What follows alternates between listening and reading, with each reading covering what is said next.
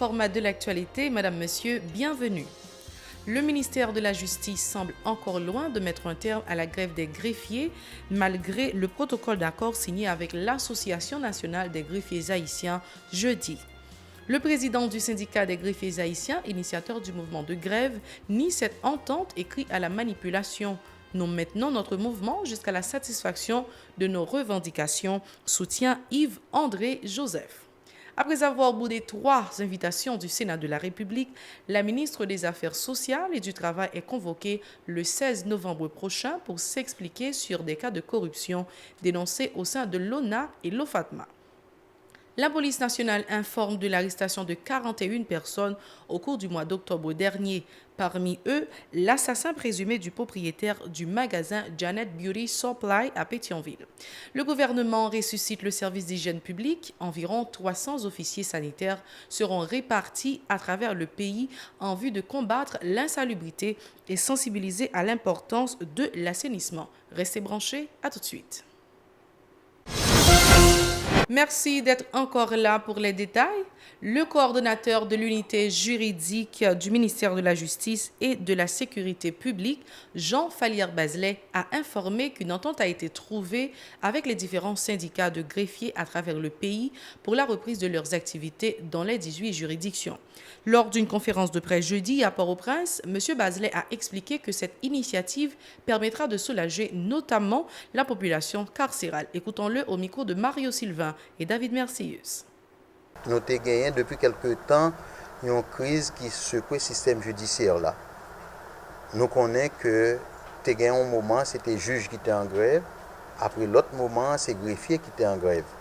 Donc, le souci pour nous joindre une solution à ce problème, nous avons essayé et de fait, nous réunis avec le syndicat des greffiers, le ministère là, et suite à des travaux que nous gagnons, nous faisons, nous abouti à résultat ça que yon membre syndicat greffier yo pral li pour nous et que c'est ça nous joigne comme résolution qui va permettre et la justice retourner fonctionner dans souci pour faire monde qui en prison, monde qui en détention préventive prolongée, monde qui a des problèmes de justice de toutes sortes pour joindre une sorte de satisfaction. De leur côté, les responsables de l'Association nationale des greffiers haïtiens ont confirmé cet accord, précisant que les grévistes ont suspendu leur mouvement pour prouver leur volonté de trouver une issue à la crise. Ils n'ont toutefois pas écarté la possibilité d'entrer à nouveau en grève si leurs revendications ne sont pas satisfaites. Écoutons Fabiola Cherestal-Georges et Jean-Thomas Lons qui s'exprimaient au nom des greffiers. Un accord a été trouvé entre les représentants du ministère et ceux des syndicats des greffiers et de l'Association nationale des greffiers. En ce qui concerne les cartes d'assurance qui sont disponibles à l'OFATMA et qui ne sont pas encore livrées à cause des informations supplémentaires devant être fournies, le ministère s'engage à transmettre des formulaires aux doyens et commissaires du gouvernement pour être complétés par les greffiers, huissiers et commis parquet. Pendant la période que nous allons adopter une trêve pour environ 1 mois et demi, si que nous avons des signaux clairs que l'État lui-même voyait en ce qui a trait à point que nous joignons dans l'accord, donc nous sommes obligés de retourner en grève encore. Pour le moment, nous n'avons pas dit grève là levée, mais il y a une trêve qui est adoptée dans 18 juridictions. Bien que nous étions déjà en trêve depuis 2 semaines, grève l'a prolongée jusqu'au mois de décembre. Alors trêve là, disons mieux.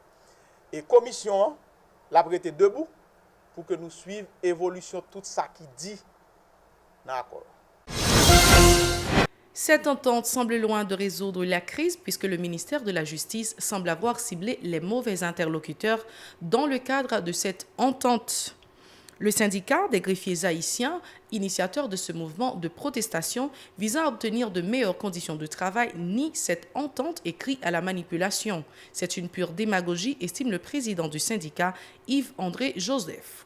Joint au téléphone par Télépacifique, il indique que les greffiers maintiendront le mot d'ordre de grève jusqu'à la satisfaction de leurs revendications. Le porte-parole adjoint de la police nationale d'Haïti, Gary Desrosiers, a dressé le bilan de ces opérations au cours du mois d'octobre écoulé, confirmant l'arrestation de 41 personnes la saisie de 4 armes à feu, 6 kg de cocaïne et 6 kg de marijuana, ainsi que la confiscation de 2 véhicules. Plusieurs chefs d'accusation, dont assassinat, contrebande, tentative d'assassinat et viol sur mineurs, ont été retenus contre les malfrats. Selon l'inspecteur Gary Desrosiers, parmi les personnes écrouées figure l'assassin présumé du propriétaire de l'entreprise Janet Beauty Supply, tué en octobre dernier à Pétionville. Les propos de Gary Desrosiers recueillis par Nancy Constant et David Mercieuse. Il y a 41 personnes qui sont arrêtées, 4 pistolets de calibre 9 mm qui saisis, 2 véhicules confisqués, 4 kg de cocaïne, 6 kg de marijuana, nature, crime contre les biens, association des malfaiteurs, homicide, assassinat, vol véhicule, viol sur mineurs, trafic d'organes. Il y a plusieurs cas d'assassinat que nous résoudons qui ont pile le monde justement et dans le mois passé qui est victime de bandits qui assassinent. Il y a en total 14 arrestations que DCPJ fait dans le cadre de dossier assassinat. Le 5 octobre, DCPJ a arrêté Patrick Turin, Franzo Clé d'Amor, Robinson Délicieux pour implication présumée dans l'assassinat qui était fait à Pétionville sous Benjamin Kraft. Nous songez assassinat qui était fait à Pétionville. Le mardi 17 octobre 2017, le commissariat à Pétionville a arrêté Zamor, Fredlin, Frisnel, Marie-Raymond de Mathurin pour implication présumée dans l'assassinat qui était fait sous Benjamin Kraft, parce que c'est plusieurs arrêtés dans le cadre de dossier ça. Il était assassiné le 26 octobre 2017 Pétionville. Également, Alfred Doura, qui était assassiné le 29 décembre 2017 Pétionville. Monsieur c'est lui-même qui met local, propriété et Jeannette, qui au niveau Pétionville. Nous songez, côté que bandit est entré dans le magasin ça, côté que il a tiré, il a pris plusieurs balles, il a gagné un bandit tout suite à échange de tir, suite à un patrouille justement qui est venu, qui il était stoppé, côté que il était mort, et dans la rue Pétionville.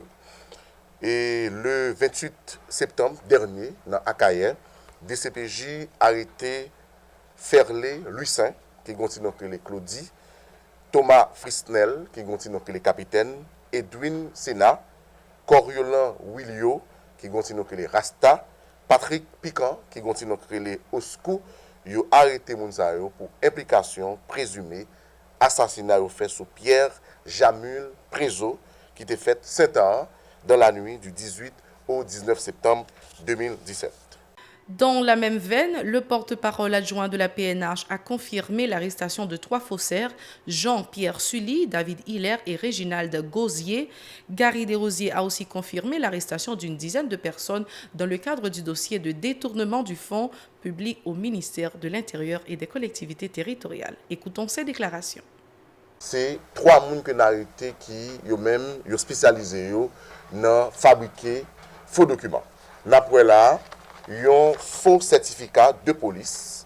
Généralement, certificat c'est très important. Et les gens qui travail, ou bien les gens qui dans la police, ou bien les gens qui ont rendez-vous dans l'ambassade, pour résidence, ils ont toujours demandé pour venir faire certificat de police.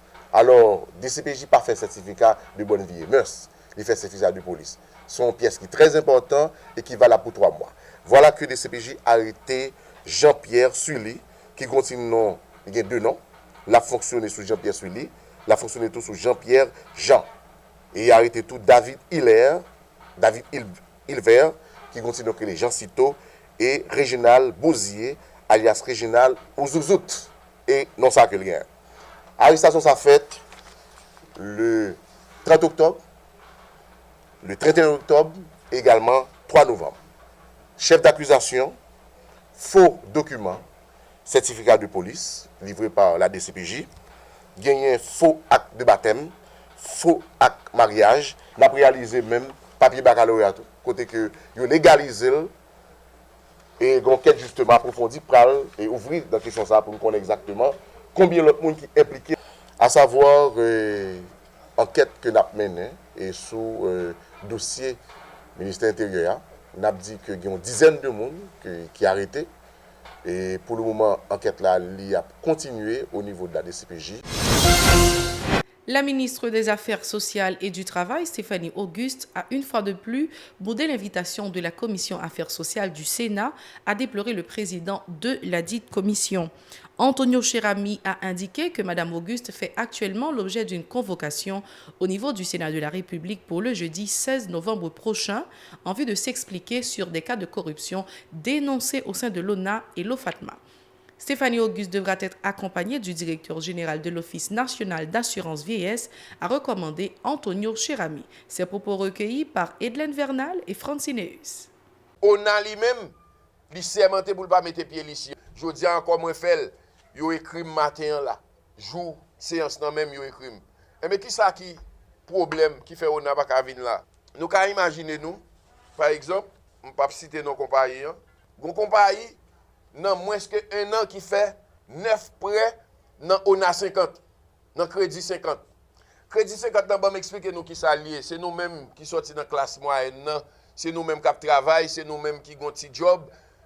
Si nous envie acheter une petite machine, nous devons arriver dans ONA là et puis financer nous. Yo pas crédit 50 pas fait pour financer pour prêter compagnie qui a vendre machine comme. Et mais qui ça qui arrive? Gon compagnie location. Pas même compagnie qui a vendu machine, non. On compagnie location qui rentre dans moins d'un an. Il fait 9 prêts. 9 prêts, ça a évalué à 342 145 104 gouttes 32 centimes. Pendant qu'on pas voulu prêter Tima les réseaux cob. Et les réussi prêter yo prêté là 10%. Compagnie ça qui prend 342 millions gouttes ça, yo prêté à 3, presque 4%. Ça veut dire qu'on a perdu paquet de cob. Même compagnie ça toujours li gen une série de prêts qu'elle fait dans banque privée à 12%, à 15%. Pendant ce temps, on a racheté prêt ça pour compagnie à tout ça et puis lui-même la paye on a à 4%. Ça veut dire on a perdu environ 8 à 10%. Moi-même, je pense que c'est tout ça qui fait courir pour moi parce que je conseille des dossiers, par exemple, ou après un prêt collectif. On a un prêt collectif qui fait côté. Il a prêté une série de maquettes 770 millions de gouttes à 3%, à 4%. Or, je dis à moi-même, je suis qu'on est pour qui ça, si ouvrier en lui-même qui cotise dans l'ONA, pas de possibilité pour le prêter. Autre actualité, le député de Kinskov, Alfredo Antoine, a plaidé en faveur du dialogue entre les membres de l'opposition et le pouvoir en place dans le souci de créer un climat de paix dans le pays. Selon le parlementaire, la situation socio-économique des couches les plus défavorisées de la population devrait interpeller les acteurs. Alfredo Antoine. Nous avons que l'opposition, là, secteur opposition, qui dit que c'est démocrate que il faut qu'ils tirent leçon de ça qui sont faites aux États-Unis. Il y a le consolidé parti et Kounia, c'est eux-mêmes qui gagnent. Donc en Haïti, élection fin faite, ou pas gagne élection, ou pas capable de la rue à occuper pour cause que si moun bak à l'école, commerce obligé, ou à craser commerce et industrie pas fonctionner parce que manifestation et qui a non plus finir. Donc li temps que les dans l'élection ou perdu faut voir qui cause qui fait que ou pas gagner élection et ou retourner avec parti politique pour reviser cahier porter correction sur ça que fort pas de passer. Dossier santé, le gouvernement a décidé de ressusciter le service d'hygiène publique lors d'une cérémonie organisée au centre de convention de la Banque de la République. À l'occasion, la ministre de la Santé publique et de la Population, Marie-Greta Roy-Clément, a indiqué qu'une cohorte de 298 officiers sanitaires seront répartis dans les 10 départements géographiques du pays. Ils seront chargés de vérifier l'état de salubrité, notamment des résidences privées et des marchés publics, a précisé la responsable du MSPP, Marie-Greta Roy-Clément. Il y a des officiers sanitaires partout, dans presque tous les départements, particulièrement départements nord, nord-ouest, ouest, nord-est. Il y a gagné de nouveaux officiers sanitaires, des jeunes qui étaient formés en 2015 par Tulane University. À l'époque, c'était Dr. Justin Adrien qui était formé inspecteur sanitaire. Il y a différents critères académiques, critères d'âge aussi. Ils étaient formés, mais ils ne peuvent jamais intégrer le système. Donc, moun sa yo jodi a yo intégré le système, yo pot comme même nom dans le système, jodi a nous intégré dans le système. Presque tous les départements ont de nouveaux officiers sanitaires. Seul département qui n'a pas gagné un nouveau officier sanitaire, c'est le département de l'Artibonite et de Hinche.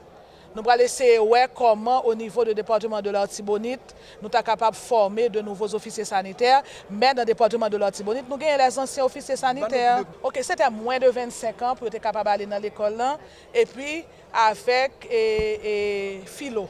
C'était avec, au niveau académique, c'était en philo. Ce matin, on a nommé 38 pour le nord et 46 dans l'ouest. Ils sont à peu près 90 nommés dans le nord et dans l'ouest. Mais en total, nous gagnons 298 officiers et inspecteurs sanitaires qui déjà ont grand nombre. Quand nous faisons formation pour eux, donc c'est tout ça. Son bagage graduel que pour aller, on ne peut pas rentrer la caillou comme ça.